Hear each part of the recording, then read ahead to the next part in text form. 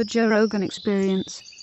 And the regular world, just for whatever reason, they've just tasted it or they've adjusted to it, but they have a very, very difficult time. Some of them do. What's the closest you've ever felt to that? Like, have you ever gotten close to the feeling of like, what have you done in life that has given you the adrenaline high? What's your highest adrenaline rush, I guess I'm asking? Probably the most nervous I ever got was when I was fighting, when I was doing martial arts. Mm-hmm. Because that was a nervous for a good reason. It's like you might get fucked up. It's really possible you might get kicked in the head. But the second most nervous was before I did stand-up for the first time. I was shitting my pants, man. I was really fucking nervous. Why? I don't know. Were you living room funny? Like, were you high school funny? I was locker room funny. I would make my friends laugh in the locker room. I got talked into it by a good buddy of mine, my friend Steve Graham, who I'm still good friends with. He talked me into it. Him and my friend Ed Shorter, they talked me into it. I would make them laugh, right? You know, but I thought that they were laughing because they were my friends, and I thought like everybody else is gonna think I'm an asshole. Oh, like, you thought like they're just being polite. Well, it's all that too, and like my sense of humor was fucked up because it was all fighters, you know, and so everybody was like, they were hard men. Right. So you had to have like a certain sting to your gallows humor. Right. Well, everybody was on their way to go kick people in the head. It was just a weird life, you know. It was a very, very strange way to be 15. Right. And, you know, have 15, 16, 17. That was like my whole life till I was 21. So wait, that wasn't the adrenaline rush? The adrenaline rush of doing stand-up was unexpected. That's why it freaked me out, because I didn't think I was going to be so nervous, and I was shitting my pants. I just didn't have a background in performing. And right before I was going up there, I was thinking all the times that I fought, and I should be comfortable doing this. Right. But I was fucking shitting my pants. I was so terrible. Oh, I was so Where terrified. It was in Boston, at a place called Stitches. Are they still there? August 27, 1988. No, they're not still there. You know the date? Yeah, for sure. You're going to make me cry. That's awesome. Why do you remember that? I don't know. I always remembered it. Say it again. August 27, 1988. Because naturally, everything I hear, I have to put through a filter of how does this affect me?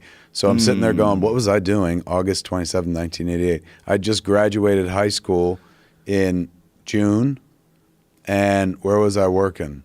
I was working at Byright Liquors and shit like that. And it would be 2 years before I would go onto the stage at Rascals in Eatontown between the Monmouth Mall and the Seaview Square Mall and try it myself. And I didn't shit my pants. Was that the West Orange?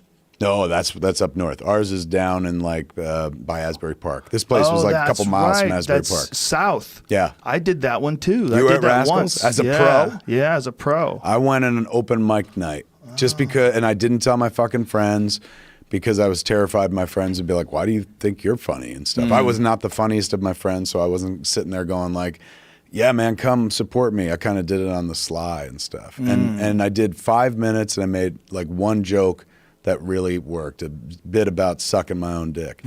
And that wound up in Clerks. Like it was tested in front of the audience, so I was like, well, I know that might get a laugh and stuff. So how long was your first beat, and was it open mic? It was open mic, yeah. I think they gave you 5 minutes. And I don't think I even had 5 minutes. I think I had 4. What did you do? Observe? No, I just told some terrible jokes. Terrible jokes. Like literally set up punchline? Yeah. Yeah, they were awful. The stuff that I'd written, you know, just weird stuff. Did you write them down? Yeah. I even had a piece of paper that I brought with me on stage because I was terrified I was going to forget. A lot of guys in the beginning, you knew you were a pro when you could put that paper away. I'm about to cry. That's so fucking sweet, man. A young you. How old are you at this point? I was 21.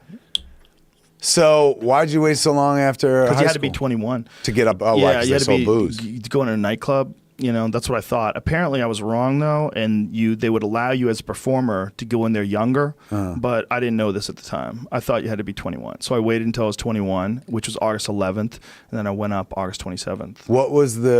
What got the biggest laugh? Who knows?